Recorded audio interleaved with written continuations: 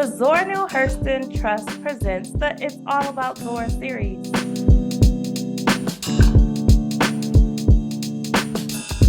We'll be discussing all things Zora with artists, academics, and fans of Zora Neale Hurston on the It's All About Zora series. Plus, we will uncover her influences on our guests' lives and work. So let's get the conversation started.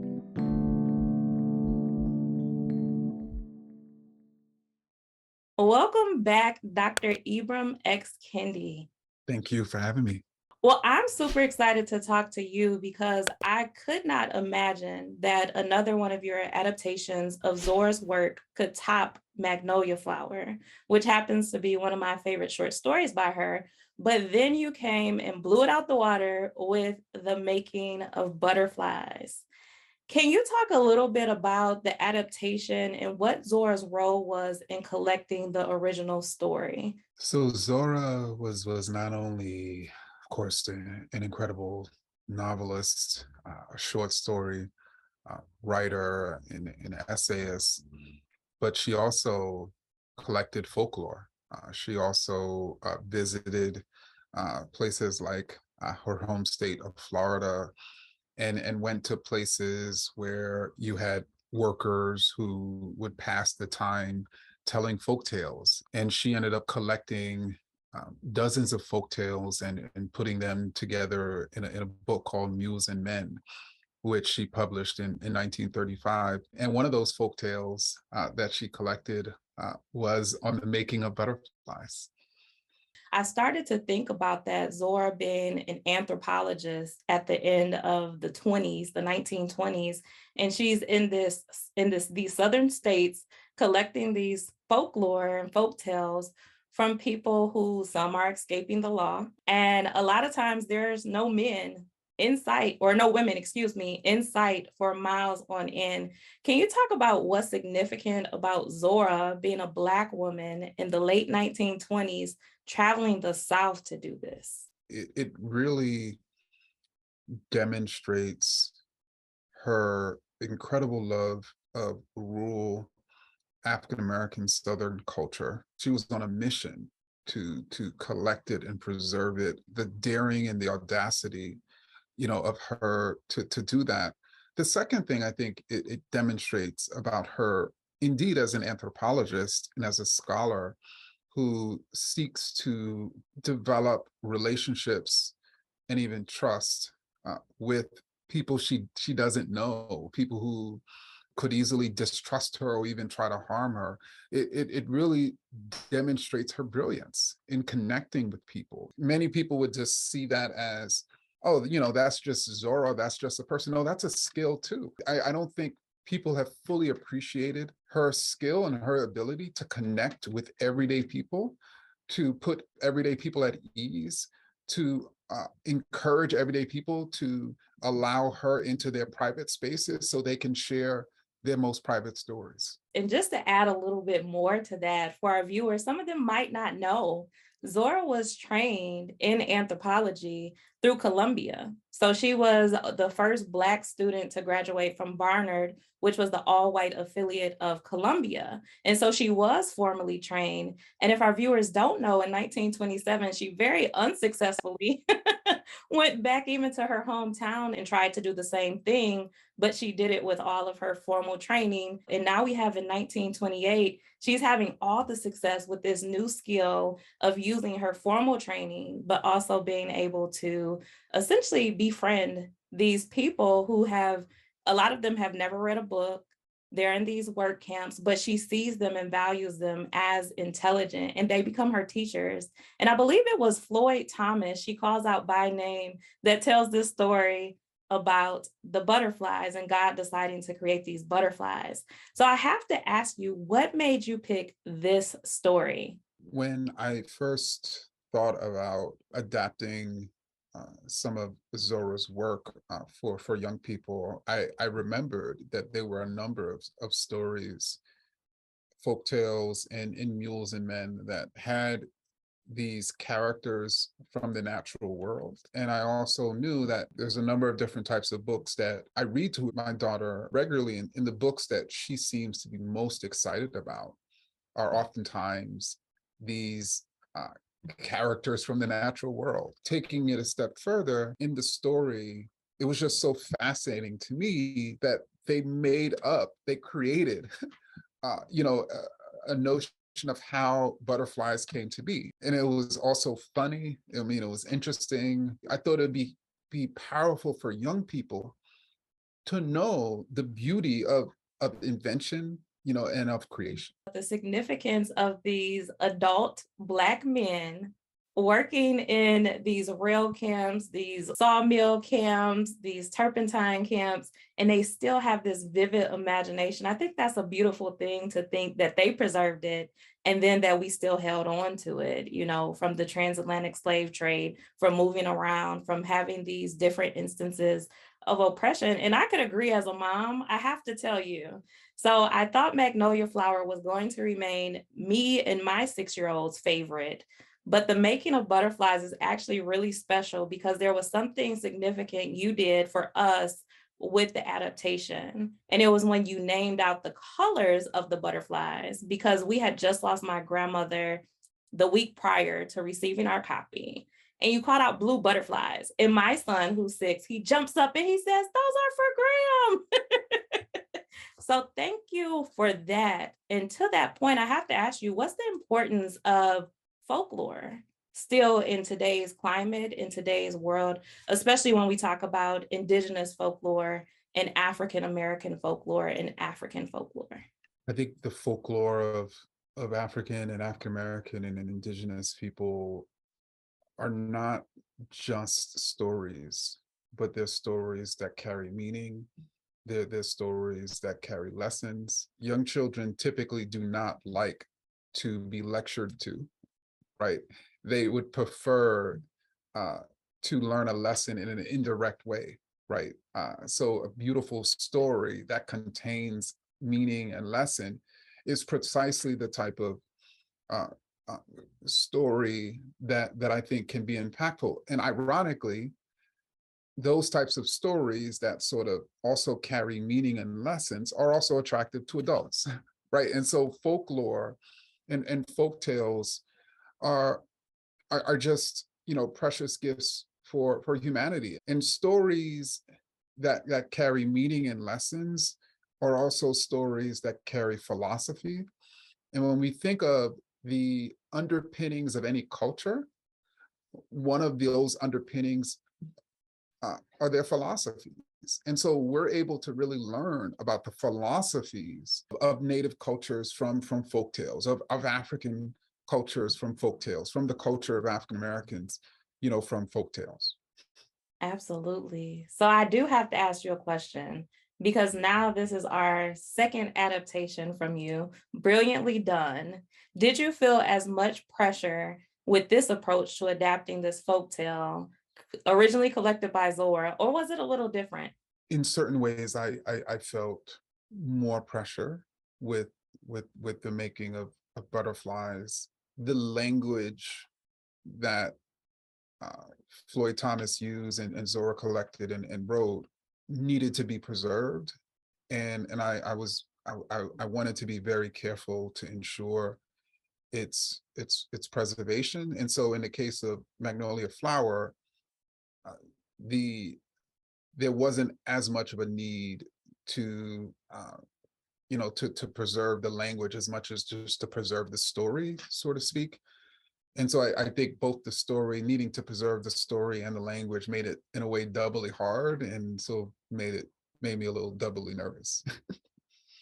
Oh, I could see that. We should talk about the language some because you do use AAVE, African American Vernacular English, or dialect. When you decided to preserve that, what did that decision look like for you? Why did you feel that was important at all to having this beautiful book?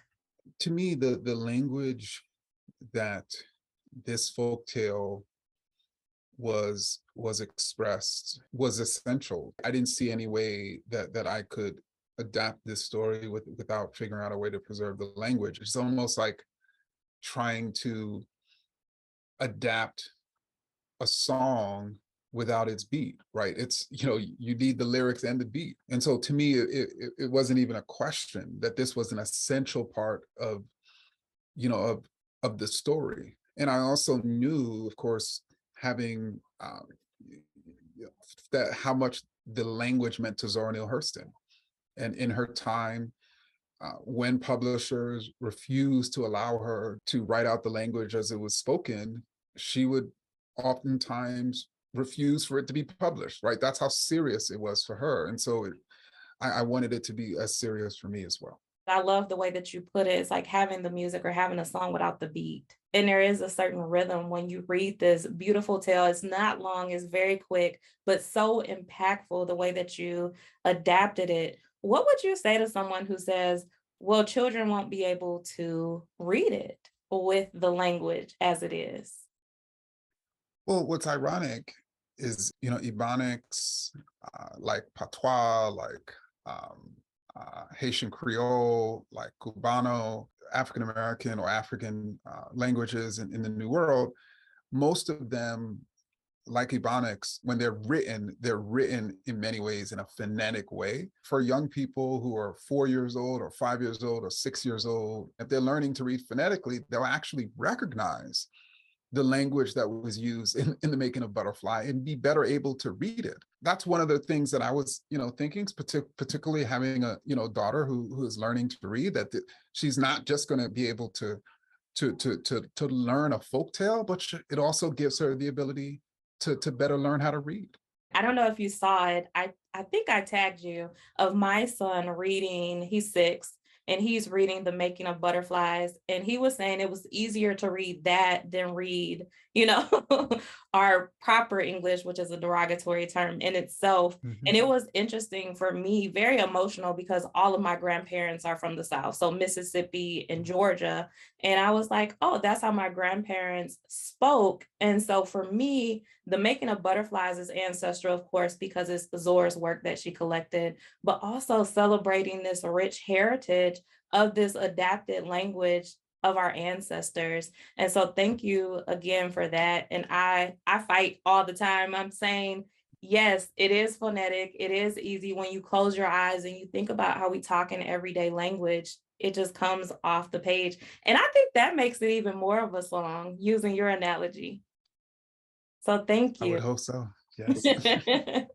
So we have to talk about the illustrations, because I have Magnolia Flower behind me, and then I have The Making of Butterflies behind me, and they're very different styles. Could you talk about our illustrator for The Making of Butterflies and how it supported the story?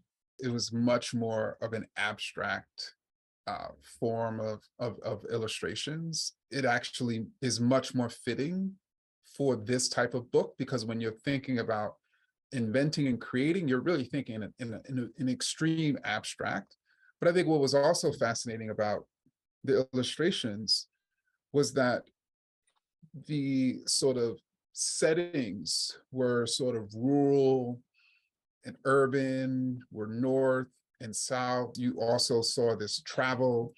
Of course, the creator was a black butterfly with locks. And I suspect many of our children have never necessarily seen a creator who looked like that. It was just an incredibly inventive way to illustrate a book.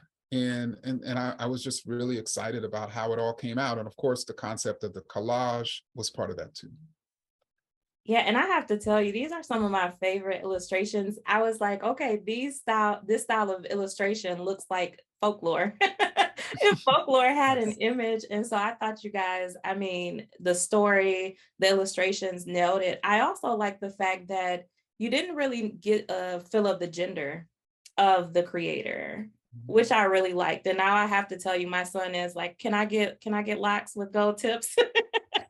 Because he sees himself being like the creator. And so I love that. But I have to ask you, I mean, of any age, what do you hope readers get from The Making of Butterflies? I hope that readers could get a beautiful taste of African American rural Southern culture in the 1920s and 1930s, a century ago. I would hope that our readers would be inspired to use their imagination, to think about what they want to create in this world. And I would also hope that readers would just feel just happy about sort of the beauty, that is our world, particularly butterflies. I think that's really important because when we think about imagination for children today, I think that's one of the things that sets Zora apart. She seemed to always maintain that childlike imagination and adventure. Her excitement about collecting folklore, I think that is laced in the words of the story. I see her with those wings flying around and flitting around, trying to figure out who she could talk to tell her to tell her a story. And I think it's a great reminder to us all, like to value these stories and to tell our stories. So I have to ask you, what does it mean to you to be the adapter of six? We're going to do six total of Zora's short stories, her collected folklore, her work. It's one of the honors of my life and career. And so it means everything that I will be able to play a part in creating books that my 6-year-old Black daughter can read, and so that she is reading and appreciating and loving, Zora Neale Hurston from the time that she's reading, uh, you know, hopefully for the rest of her life, and knowing that other children as well will be able to do the same is just what brings me joy, and why I'm just so excited to be in this position.